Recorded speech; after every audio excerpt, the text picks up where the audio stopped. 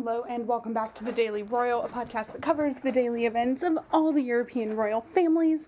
Today we are going to be talking about the more than I thought but still small number of events that happened Saturday, March 27th and Sunday, March 28th of 2021.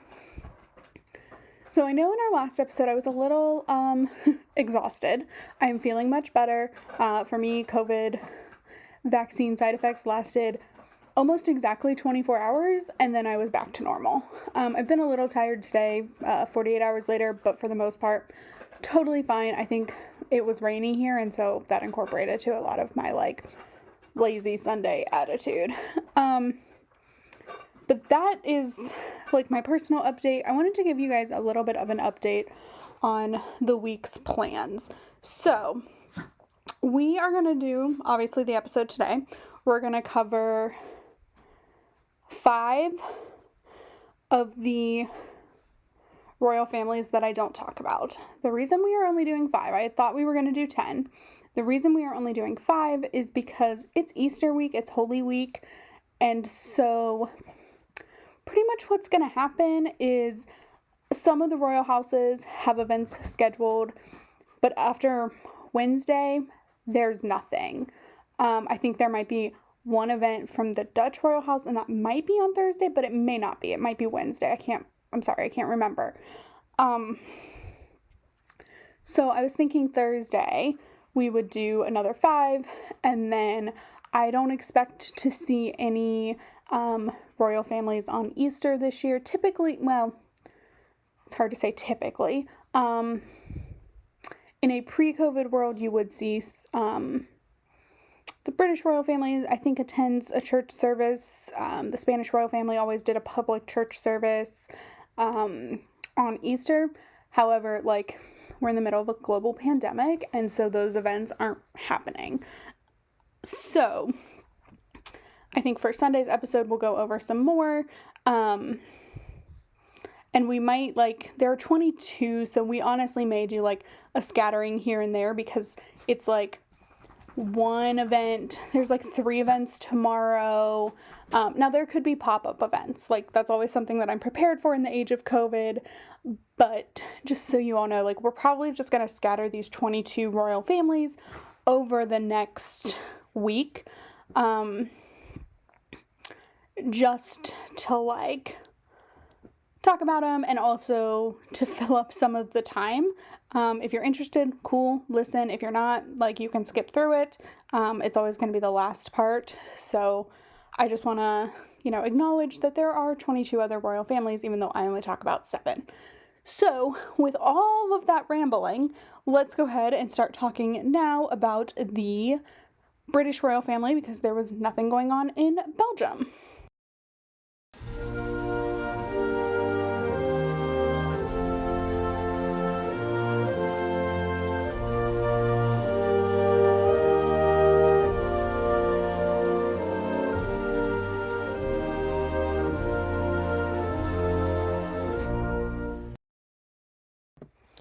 In the UK, there weren't any actual events. However, there was a pretty big announcement that I want to talk about because I am thrilled about this. So today it was announced that the Hold Still project from the National Portrait Gallery that the Duchess of Cambridge kind of spearheaded, which was a photo competition for people to capture the pandemic in photos.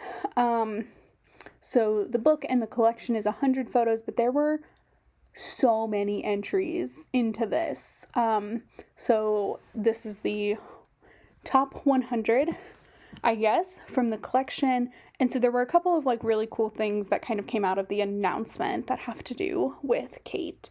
So there were a series of personal tweets, which is, of course, very exciting, as well as a new picture that I love.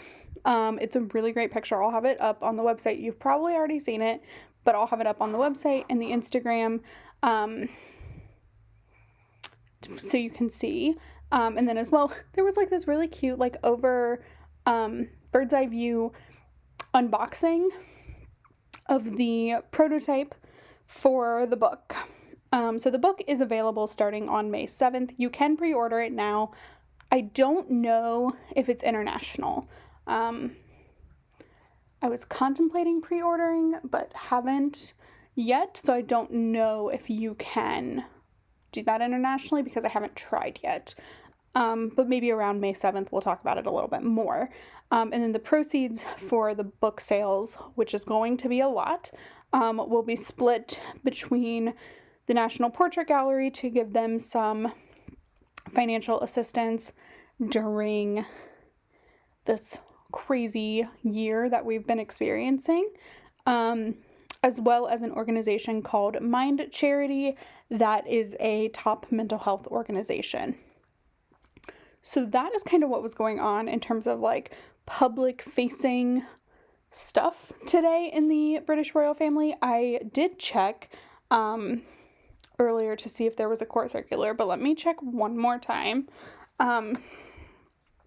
However, the time has changed in the European Union and the UK. So now we are back to most of Europe being 6 hours ahead of me and England being 5, which is, I don't know, exciting for me because sometimes it was totally fine, but like events that happen typically later happened way later for me, like an hour later for me. And so there were things like, for example, the state dinner that the Spanish royal family took part in Andorra last week. So typically those state dinners happen at like 8:30, which this one did too. But typically I'm seeing them at 2:30 while I'm preparing my outline.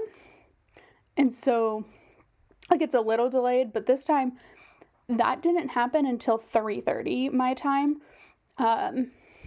And by then, like, I go back to work at 4 p.m., so, like, didn't have a lot of time to talk about it, and I was watching it, so I was late back to work, which is fine. I work for myself. It's not a big deal. But, like, it was just a little odd in terms of scheduling. And then the court circular, I always tried to record around 8 anyway, but the court circular would always come out at 7. And so if I ever wanted to record early, I could always check the court circular. Well, that didn't work when the court circular wasn't coming out till 8. So the time has changed and I'm very excited. I don't know what I'm going to do when this stuff when I go to England next year, when I spend more time in Europe, like, and am on the same time zone. I don't know what that's going to look like yet. That's something I thought about today. But anyway, that's what was going on in the UK. There is no court circular for the weekend, which means there were no events this weekend. Not super surprising. So with that, we are going to, let's see, what family are we skipping down to? Okay, we're jumping all the way to Sweden now. Because there was nothing in any of the other countries. So let's go all the way down to the Swedish royal family.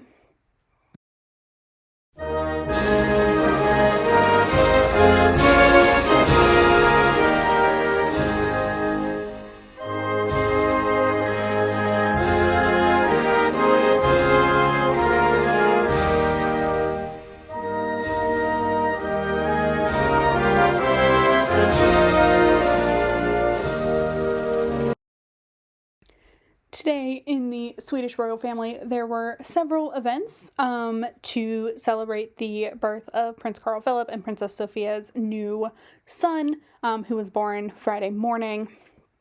This is very normal. I'm really surprised it took place on a Sunday. I was expecting it to happen Monday or a couple days from now. But I guess with the Easter holiday, like, maybe that's why. But, so the first thing is King Carl Gustaf will, for all of his grandchildren, has held a council meeting. Usually it's a full council. However, because of COVID. It was the prime minister and a few, pertinent ministers. I don't really know what's pertinent in this case. And so during the council meeting, King Carl Gustaf will share the name and the duchy that the new baby will hold. So this one is a little bit different, and I'll get to his name announcement in just a minute. But this one is a little bit different because in October of 2019, a statement was made from the royal household that only the children of Crown Princess Victoria would be part of the royal household. Like, will enjoy the styling of His or Her Royal Highness. And so every other grandchild does not. So anyone born of Prince Carl Philip or Princess Madeline does not have an HRH. Although I'm not sure if I can't remember if the ones that were born with it still have it or not. I don't remember. But it was any additional children would not be born with the styling either. So this is the first child that was born with that new rule. So he is part of the royal family or the king's family, but not the royal household. So Spain does something similar in that, like, really every country does something a little bit similar. The non-heirs to the direct heirs to the throne, if that makes sense. Like,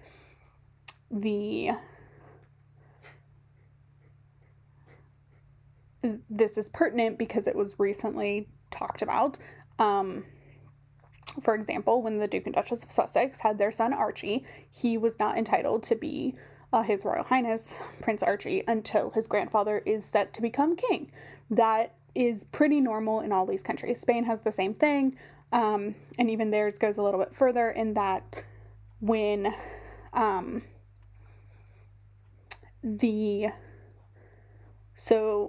when Felipe became king, his sisters ceased being members of the royal family. They're part of the king's family, but not the royal family. They don't work as royals at all. They don't represent the country on trips, like nothing. And presumably the same thing will happen when Leonor becomes queen.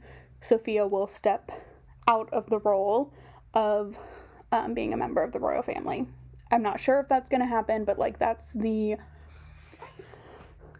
expectation, at least right now, for children who are 15 and almost 14. So this is a pretty normal thing, but there was a lot of talk about that, and then King Carl Gustaf mentioned it in his speech during the council. But then he, of course, got to the name.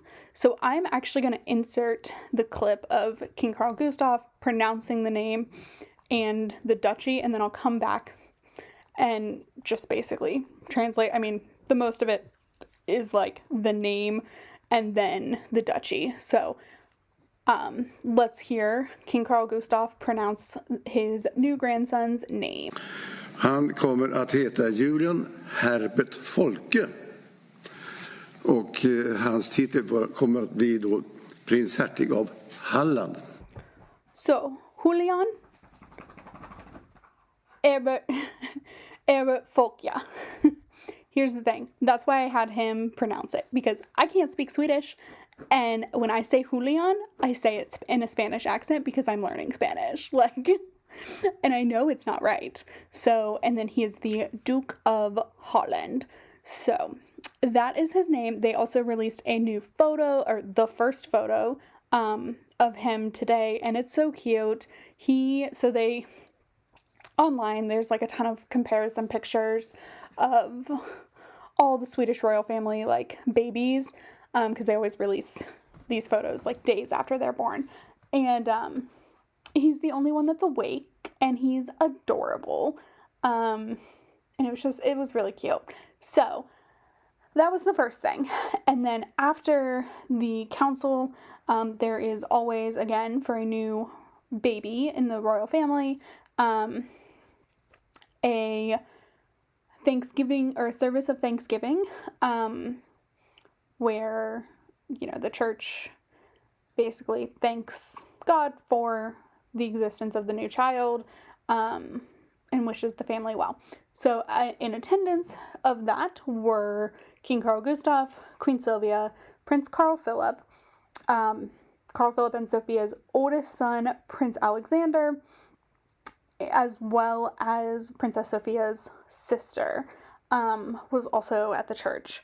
So it was a very, those were the only people there. It was very small. And then the two leaders of the church, I think one was the main pastor for the Church of Sweden, and then someone else, I don't really know. But so that was the event. And also I love that they brought Prince Alexander. I think Princess Estelle came to Prince Oscar, the Thanksgiving service for her brother, which was adorable. So I like that they brought Alexander as well. I thought that was really cute. But yeah, so that is what was going on in Sweden today. Very exciting. I know typically, like I said, I don't typically talk about Carl Philip and Sophia, although they seem to be the ones that make it on here the most, because they are, they're really hard-working royals, and they will typically join in on events with their father, with the king and queen and sister, and Crown Princess Victoria. That happens a lot. So they do get talked about, but only in that context, or also if they have a baby and there are events around the baby, because who doesn't love a royal baby? Okay, so that is what was going on in the two countries that we had to talk about. It's a very weird, this is a very weird recording schedule. Okay, so we are going to talk about the first 5 monarchies that I don't talk about, and we're going to take a quick break before we get into that. Welcome back. Hopefully you heard a small little ad there, and now you are back. So there are, like I mentioned, 22 royal families. Well, there are 30, well, almost 30, 29 in the world, and I talk about 7 of them. I want to talk very briefly about why I picked the 7 I did. So I wanted to focus primarily in Europe, and I wanted to focus on stylings of king or queen. So you'll notice that there are some other European monarchies, but they don't typically style. There aren't any others styled as king and or queen in here. I didn't want to talk about royal families that are harder to find events for, whose ethics I wholly disagree with, and I really just wanted it to be really simple, and so these were the 7 that I paid the most attention to on a regular basis, and that's what continued into this creation of this podcast. I had always intended to talk about some of the other royal families that I don't talk about on a broad scale like I'm doing now. I intended to do it a lot earlier, but 2020 was rough on my mental health and a lot of things, and so my mental health is getting a little bit more in check, so now feels like the appropriate time to dive into this. Like I said, I'm not going to do a lot of in-depth information. If there are countries you want to hear more in-depth on, let me know, and I'm happy to do that occasionally, but there are some that I won't, just because, I can't find nice things to say. So this is all going to be a very broad strokes discussion,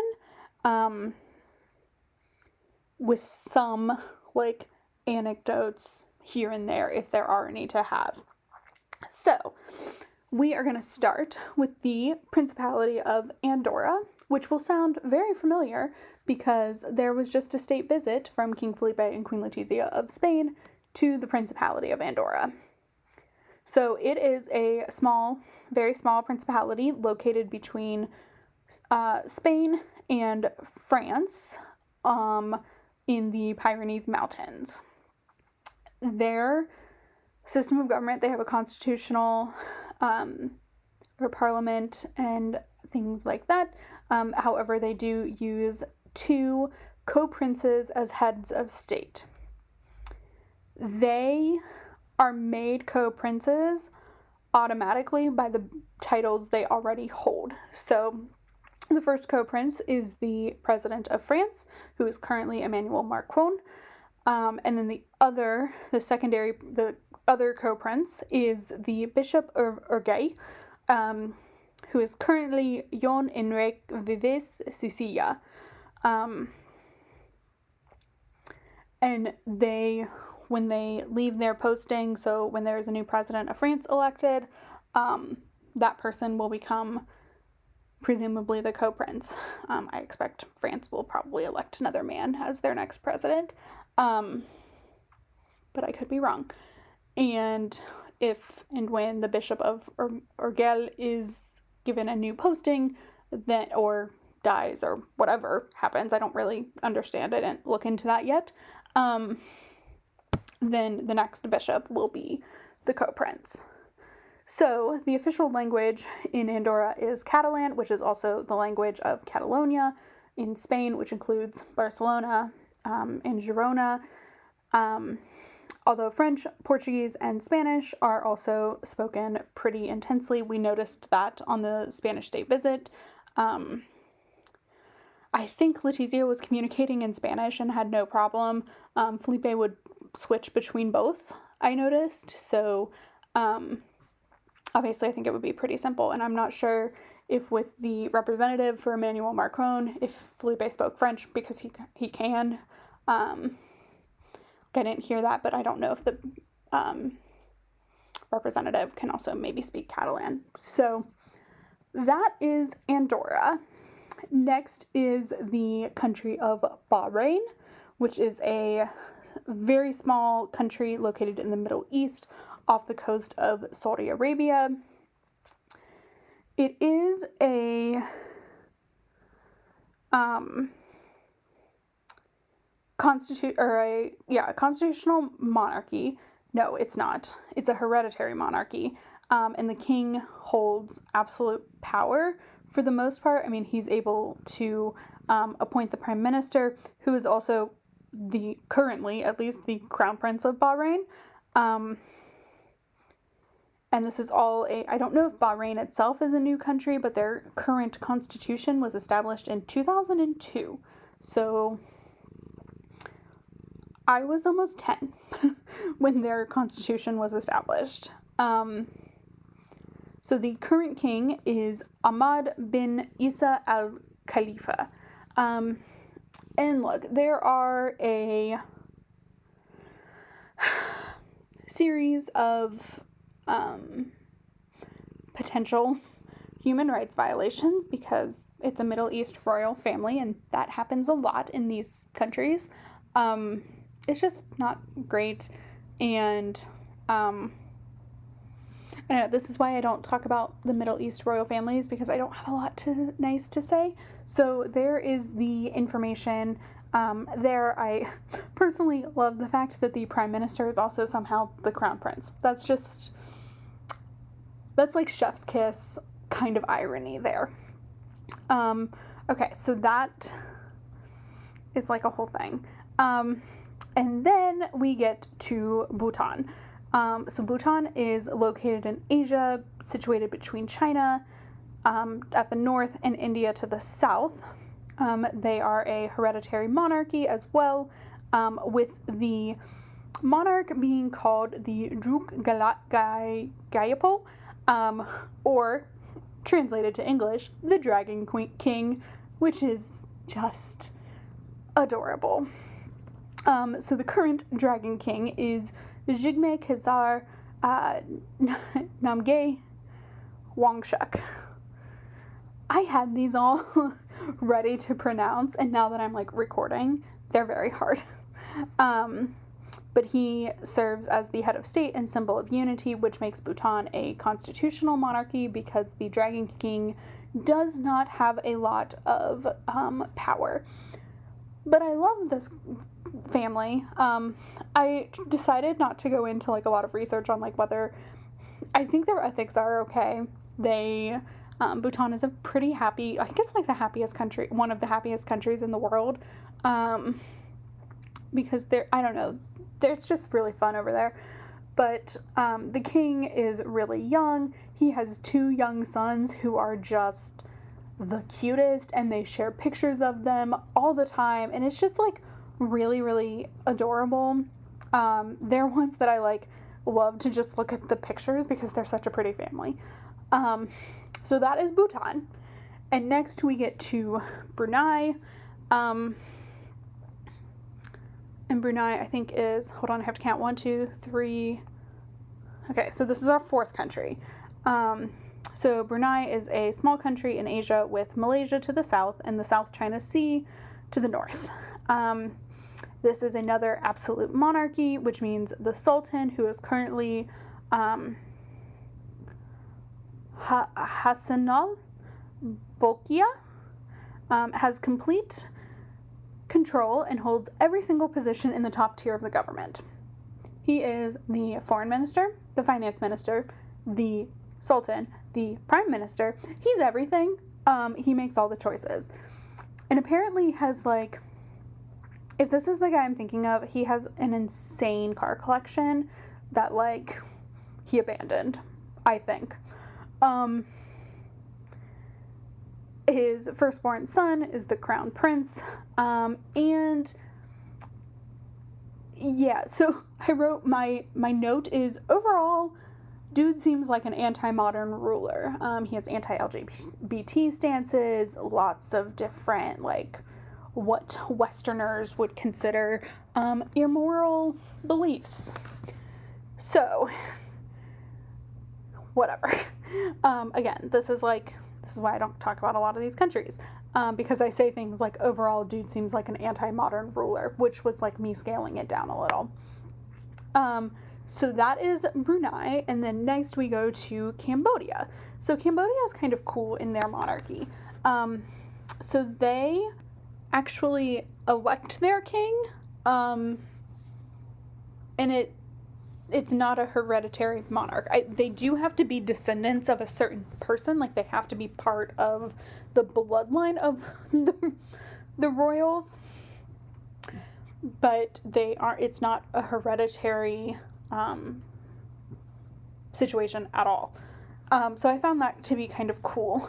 So Cambodia is a small country near, it's actually not that small, near Thailand and Vietnam, in that part of Asia.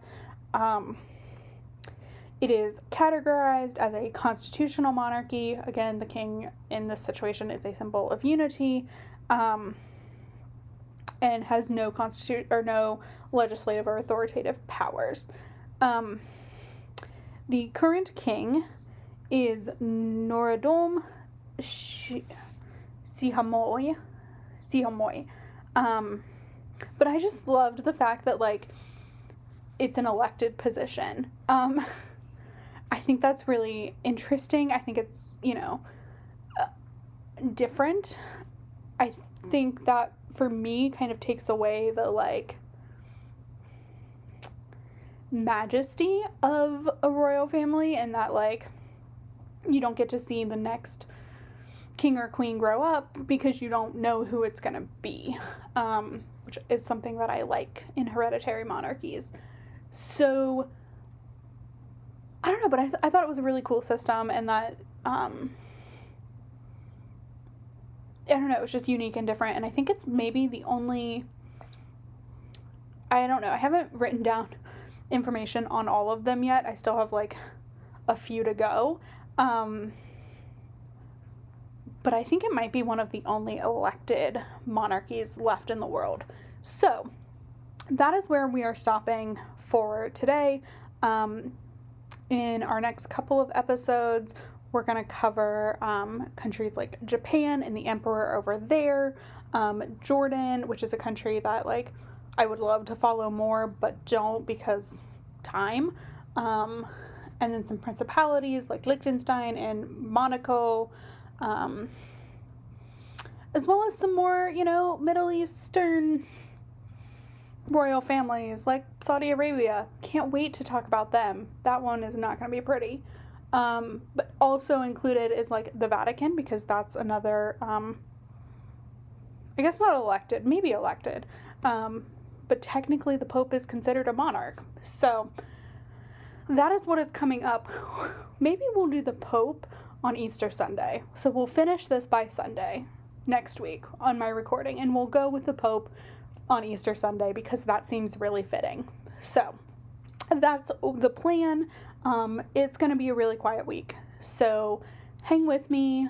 We'll still put out episodes probably most days, and we'll go over some more of these countries. Like I said, there's 22 and we've gone through 5, so we have some more. And yeah, we will talk more tomorrow, but until then, have a great rest of your Monday. Check out all the things, thedailyroyal.com, The Daily Royal on Instagram, like and review the podcast, and we'll talk tomorrow. Have a great one. Bye.